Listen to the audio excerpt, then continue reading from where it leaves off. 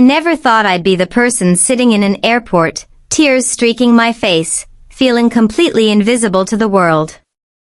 But here I was, slumped into a hard plastic chair at gate 12, my suitcase sitting forgotten by my side. The hum of announcements and rolling luggage around me felt like a cruel background soundtrack to my misery. I had just broken up with him, the one I thought I'd spend forever with. And now, all my plans, all my little dreams, were unraveling faster than the luggage belt that kept circling endlessly in front of me. I didn't even notice the people walking past. Couples chatting, families laughing, travelers absorbed in their own little worlds. All I could feel was the hollow ache of rejection. Every memory of him, our inside jokes, the lazy Sunday mornings, the quiet conversations over coffee, pounded through my chest like a relentless drum. I hated that I loved him so much, even though he had chosen someone else. Someone I wasn't. Then I noticed her. She wasn't sitting near anyone. She had a calm presence, like she belonged to the airport itself, effortlessly occupying the empty chair next to me. She had this warm, inviting energy that made me instinctively shift away, as if touching me would expose my raw, shattered heart. But she didn't move. She simply glanced at me with eyes that were soft but curious, like she could see right through the walls I'd built around myself. "I'm sorry," I mumbled, not knowing why I felt compelled to speak. She smiled, gentle, not patronizing. "No need to apologize. Are you okay?" And that simple question, so ordinary, so small, was the first crack in the dam of my defenses. I wanted to tell her to go away, that I was fine, that I didn't need anyone. But the truth was, I was desperate for someone who could just understand. And something told me that maybe, just maybe, she could. Her name was Emma. She introduced herself with a quiet confidence that immediately made me feel less like an exhibition of my heartbreak. I didn't know why I was telling her everything, the way he had laughed at my worst jokes, the way he held my hand like it was the only thing that mattered, the way I had believed in us with every fiber of my being. Yet somehow, spilling it all felt easier with her sitting there, not judging, just listening. "You're hurting," she said softly. Her voice wasn't pitying, it was observant, like she had felt this exact ache herself. I nodded, unable to speak. Words felt heavy, and every sob that escaped my chest was a little less painful because someone was truly hearing it. We sat in silence for a while. The airport noise, rolling suitcases, distant announcements, the faint buzz of fluorescent lights faded into the background. For the first time in hours, I wasn't drowning in my own thoughts. I could breathe. "Do you always cry at airports?" she asked, with a small, teasing smile that somehow felt comforting rather than cruel. I laughed, a shaky, ugly little laugh that startled me. "No," I admitted, wiping at my eyes. "I'd just never expected it to hurt this much." Emma tilted her head, studying me like she was trying to memorize my expression. "It's okay to hurt," she said. "It means you're alive. You cared. And you're allowed to feel that, even if it's painful." Something about her words made the tears come faster, but this time, they weren't just tears of sadness. They were the beginning of release. And then she did something unexpected. She reached across, very gently, and brushed a stray lock of hair from my face. It wasn't romantic, at least, that wasn't how I thought of it at the moment, but it felt intimate, safe. I felt my chest tighten, a strange warmth spreading through the heaviness. And in that fleeting moment, sitting beside a stranger at an airport I was supposed to leave, I realized that heartbreak was just the beginning of something else, something I wasn't ready to name yet, but something that felt possible. We started talking. At first, it was small talk of flight delays, favorite cities, the absurdity of airport coffee, but slowly, it became something deeper. Emma had this way of asking questions that made me think, made me reflect on myself instead of just my heartbreak. It was like she was holding a mirror, but not one that judged. One that showed me pieces of myself I'd forgotten in the shadow of my grief. "I come here a lot," she said casually, glancing at the boarding gates. "Not to travel. I just like watching people. Everyone has a story, you know?" I nodded, fascinated. There was a quiet intensity about her, a kind of curiosity that wasn't nosy, it was warm, human. I found myself opening up about things I hadn't told anyone, the insecurities I'd hidden behind smiles, the fears I had about loving again, the moments I'd doubted myself.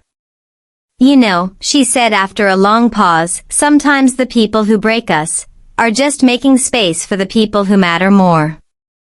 Her words hit me like a gentle wave, washing over the raw edges of my heartbreak.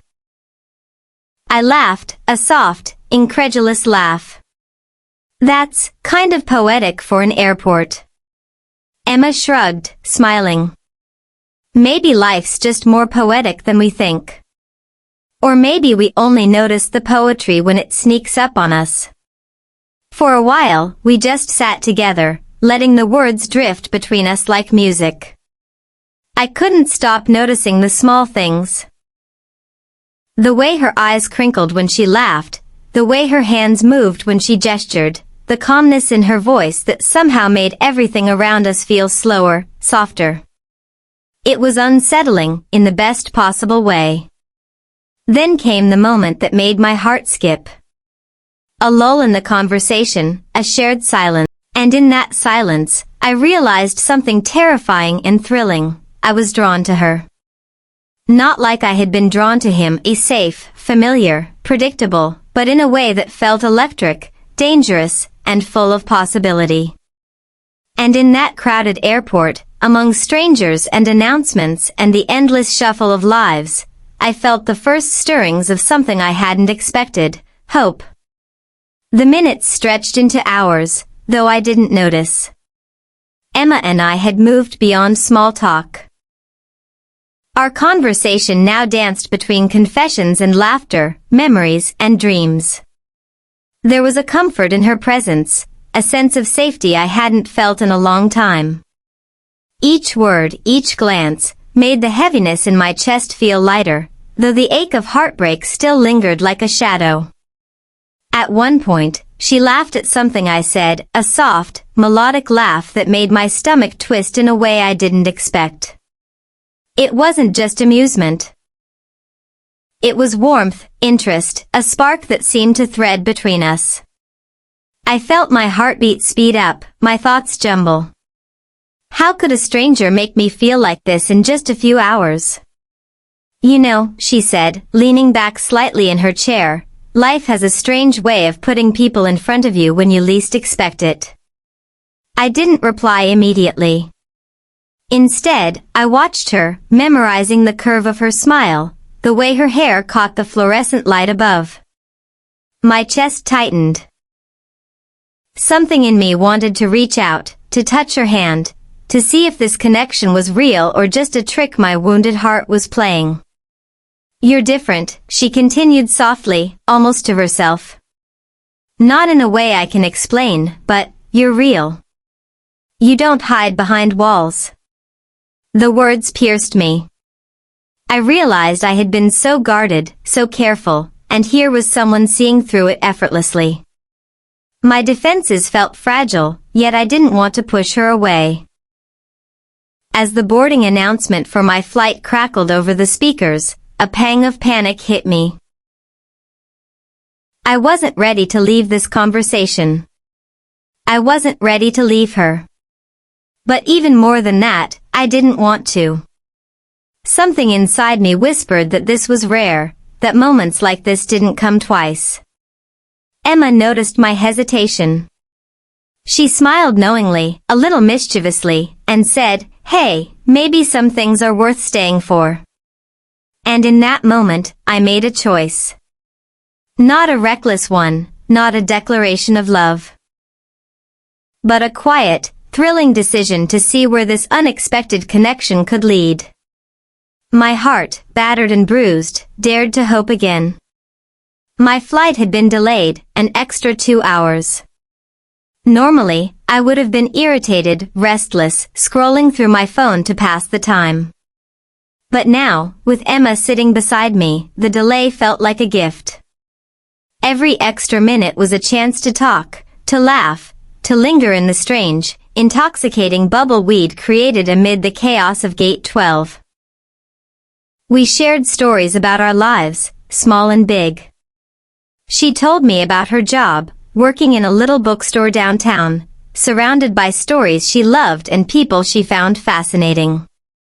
I told her about my work, my recent heartbreak, the messiness of trying to love someone who no longer wanted me.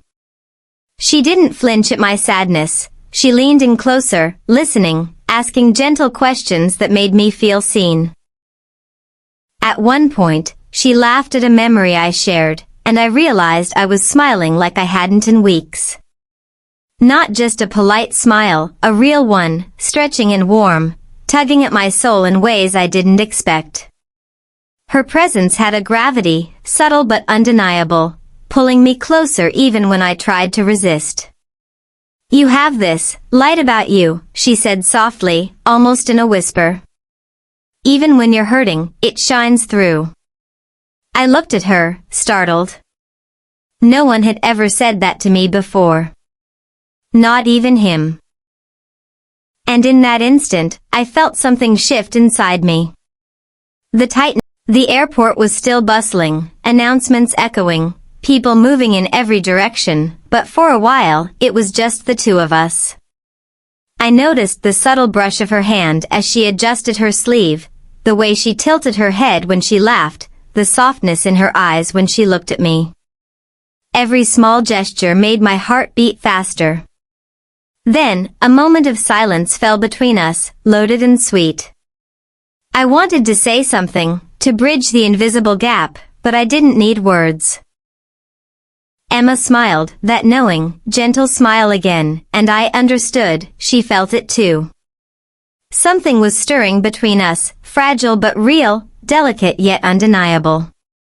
And in that crowded, impersonal airport, I realized that sometimes, heartbreak is not the end, it's just the beginning of something unexpected, something that could change everything. The boarding call finally came, breaking the fragile bubble we had created.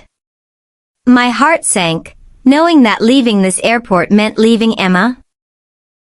Or at least the strange, electric connection we shared. But as I stood, gathering my bag, she rose too, her hand brushing against mine. It was brief, yet it sent a jolt through me that I couldn't ignore. "Are you okay?" she asked, her voice soft but steady. I nodded, though my chest tightened. I think I am. A little. She smiled, that smile that had haunted me in the best way for hours. "Sometimes," she said, "you have to let go of what's holding you back to notice what's right in front of you." Her words hit me like a revelation. All this time, I had been clinging to someone who wasn't meant for me, ignoring the possibility that someone else, someone real, present, alive, could change everything. And in that moment, I realized the truth. My heart wasn't just moving on from him. It was moving toward her. Toward Emma. Toward a future I hadn't dared imagine until now. We walked toward the gate together, lingering at every step, sharing glances that spoke volumes without a single word. When it was finally time for me to board, I paused. She met my gaze, her eyes unwavering, warm, inviting. "I guess this is goodbye, for now," I said, my voice trembling slightly. "Not goodbye," she corrected gently, reaching out and squeezing my hand. "Just, until next time." And as I stepped onto the plane, I didn't feel the crushing weight of heartbreak anymore. Instead, I felt a flutter of anticipation, a spark that promised something new, something real. My mind replayed her smile, her laugh, the way she had looked at me, as if she could see straight into my soul. And I knew, without a doubt, that I had found someone worth choosing. Someone worth remembering. Someone worth loving. I realized then, between the airport seats and the echoing announcements, that heartbreak had brought me here, not to him, but to her. And for the first time in weeks, I wasn't crying anymore. I was smiling, my heart wide open, ready to see where this unexpected connection could take me. She over him. Always.